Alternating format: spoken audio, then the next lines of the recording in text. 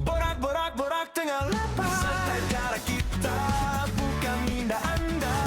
Isu warga kota. Borak-borak tengah lapar. Assalamualaikum, saya Double N. Ustazlah, salam Ramadan. Masya Allah. Kita kembali lagi untuk Borak Tengah Lapar ni Ustaz. Sudah semestinya melalui Radio KLFM 97.2. Ini baru KL. Alamak, kali ni kita nak bawa apa pula topik kita ni Ustaz? Kita kalau boleh nak berkaitan yang apa? Orang kata kalau jauh, kalau apa rasa rezeki dekat.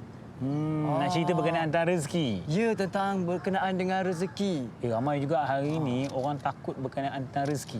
Why? Ya, ada orang hari ini dia rasa macam kalau dia tak dapat benda tu dia akan rasa down. Dia akan rasa macam Allahu Akbar, Allah tak pilih aku ke? Itu perkataan dia, kita nak jauhkan daripada sifat FOMO. Oh, yang sekarang ni. Ya, budak-budak sekarang guna FOMO Ustaz. Fear of missing out. Kalau dia tak dapat, dia akan rasa macam dia gagal lah. Ya, dia tengok kau orang dah naik tapi dia tak naik-naik lagi, dia rasa dah gagal dah. Sebenarnya benda tu Allah nak menguji kepada kita lah. Hari ni belum tentu lagi apa yang kita nak terus Allah bagi tau. Belum tentu lagi. Sebenarnya Allah nak menguji kita ni yakin tak dengan doa kita. Yakin tak dengan apa yang Allah akan takdirkan kepada kita. Sebab itu kadang-kadang mula-mula Allah tak bagi kepada kita. Tapi Allah bagi kepada kawan kita yang dekat, bagi kepada orang lain. Allah nak suruh kita bergembira dengan kejayaan orang lain supaya satu hari nanti orang lain akan bergembira pula dengan kejayaan kita. Dengan betul-betul, Allah tidak datangkan sesuatu yang kita kehendaki, tapi Allah akan bawa datang kepada kita sesuatu yang kita perlukan. Itu yang sering acap kali dinasihat. Ya, kadang-kadang dia tak dapat sekarang. Tunggulah sikit, mungkin dalam setahun, 2 tahun. Mungkin kadang-kadang dia akan datang pada waktu yang sangat tepat. Tepat. Betul tu Ustaz. Jadi bertepatan dengan tajuk kita pada hari ini, tak payah kalut, rezeki tak salah alamat. Borak tengah lapar. Ustaz, ni ada dua perbezaan. Okey. Apa beza orang usaha sampai tenang dengan orang usaha sampai hilang tenang dia Ustaz? Dia sebenarnya sebab apa dia tak tenang? Sebab dia macam ni. Dahlah usaha tu satu benda yang letih. Okay? Kita nak buat sesuatu benda tu bukan mudah, betul? Tapi yang jadi tak tenang sebab kita ambil tugas Allah. Nak menentukan berjaya ataupun tidak tu kita pun nak kena buat. Itu yang jadi kita tak tenang. Itu yang kita jadi letih. Sebab itu bila kita dah usaha, tiba-tiba tak berjaya, kita akan rasa kecewa. Sepatutnya bagaimana kita berusaha untuk menjadi orang yang tenang, iaitu dah berusaha buat sehabis baik, kemudian serahkan berjaya ke gagal ke kepada Allah. Kalau kita berjaya, bila kita serahkan kepada Allah, kita akan rasa Allahu Akbar, terima kasih sebab Allah bantu kita. Tapi kalau kita gagal nanti, kita akan rasa mungkin Allah Subhanahu Wa Taala nak gantikan kejayaan itu untuk next project. Jadi diri kita ni tak jadi letih. Tugas kita dengan betul-betul adalah untuk berusaha sebaik yang mungkin. Berjaya ataupun tidak, serahkan kepada Allah. Kalau nak tenang. Kalau tak jadi macam tadilah. Hilang tenang. Ada orang usaha dia tenang, ada orang usaha dia tak tenang, bahkan dia akan lebih rasa kecewa sebab dia nisbahkan segala kekayaan ataupun kejayaan itu pada diri dia. Allah, beza dua tu Ustaz dia. Jadi pandai-pandailah pilih yang mana satu Ustaz dia. Betul? Nak tenang ke nak tidak tenang? Borak tengah lapar. Ustaz, di pantang yang seterusnya. Banyak betul pantang kita ni. Banyak betul lah pantang kita Ustaz. Pantang tengok kejayaan kawan di media sosial, di post. Wosh, kita dah rasa down. Macam mana ni nak kawal perasaan emosi ni lagi-lagi bulan Ramadan ni kan. Kita rasa macam, pulah sedih sangat.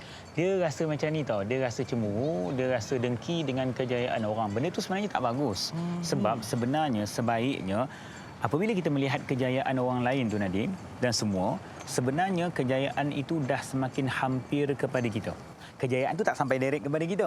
Tetapi kejayaan itu semakin hampir. Ustaz ingat dulu masa Ustaz kecil-kecil tau.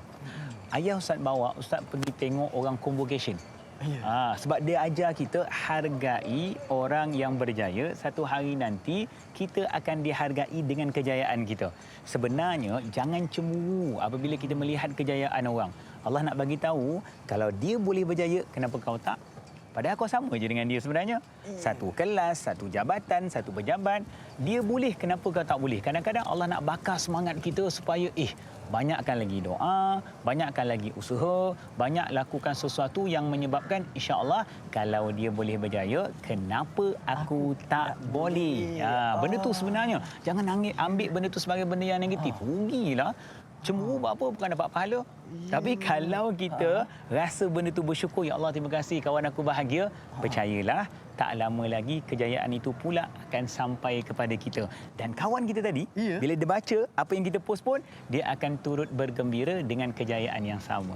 Masya Allah, itulah yang kita nak sama-sama miliki. Ada rasa hati yang bila melihat kejayaan orang, kita pun sama turut bahagia. Ya, kita tak rasa dengki. Ustaz, soalan pantas kita. Okey. Budak sekarang umur 20-an dah nak jadi jutawan. Okey. Kalau umur 30 masih biasa-biasa, adakah itu tanda kita gagal? Taklah, rezeki kita berbeza-beza lah. Ada orang dia akan gagal dulu, kemudian dia akan berjaya. Ada orang Allah bagi berjaya awal, kemudian dia akan kekal dengan kejayaan tersebut. Yang penting pada hari ini kita yakin bahawa Allah akan datangkan kejayaan kepada kita bila masa yang tepat. Dan banyak kali kita sebut kejayaan dan doa kita akan dimakbulkan oleh Allah bila kita memerlukannya. Oh, bila kita memerlukannya.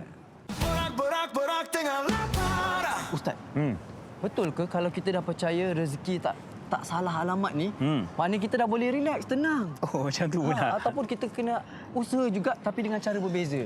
Dia sebenarnya pemahaman kita berkenaan tentang tawakal. Dia lebih kepada tawakal lah. Tawakal ni macam ni tau. Dia tak boleh serah bulat-bulat kepada Allah Subhanahu Wa Taala. Dia mesti mulakan dengan 3 langkah. First, Nadir, kita kena ada niat. Bila dah ada niat, okey, kita nak berjaya, nak buat ini, nak buat itu, pergi langkah yang kedua, buat dan lakukan yang terbaik. Usaha dulu. Nak cari rezeki, kenalah keluar daripada rumah. Kenalah pergi kerja. Okey, bila dah buat yang kedua ni, baru yang ketiga ni, iaitu bertawakal kepada Allah. Baru serahkan kepada Allah. Jangan terus cross pergi yang ketiga. Janganlah terus je pergi tawakal. Dia kena ada mula dengan niat kerana Allah. Usaha dengan usaha yang terbaik, dah rancang, dah buat elok-elok, mula melangkah, kemudian serahkan kepada Allah. Sebab bila kita serahkan kepada Allah, macam kita cakap tadilah, kita akan rasa kita akan sangat-sangat tenang sebab kita bukan lagi sekadar berusaha, tapi kita nak tawakal dan menyerahkan kepada Allah Subhanahu Wa Taala. Ya, jadi kena ingat 3 tu ya. Kita mula niat kerana Allah. Yang kedua, kena ada usaha juga. Betul. Dan yang ketiga, barulah kita tawakal tu'ala Allah. Barulah kita nak relax ke. Lepas tu barulah kita tenang. Sebab apa? Kita tahu itu dah kerja Allah Subhanahu Wa Taala. Masya Allah. Dan perlu kita ingat, apabila kita melihat kejayaan orang lain, jangan kita rasa sedih dengan diri kita. Kita patut turut bergembira. InsyaAllah masa kita akan tiba. Baik, Ustaz. Nampaknya sudah sampai ke hujung untuk Borak Tengah Lapar episod hari ini. Esok insya-Allah kita akan berjumpa lagi. Terus setia bersama kami di Radio KL FM, iaitu frekuensinya 97.2. Ini baru KL.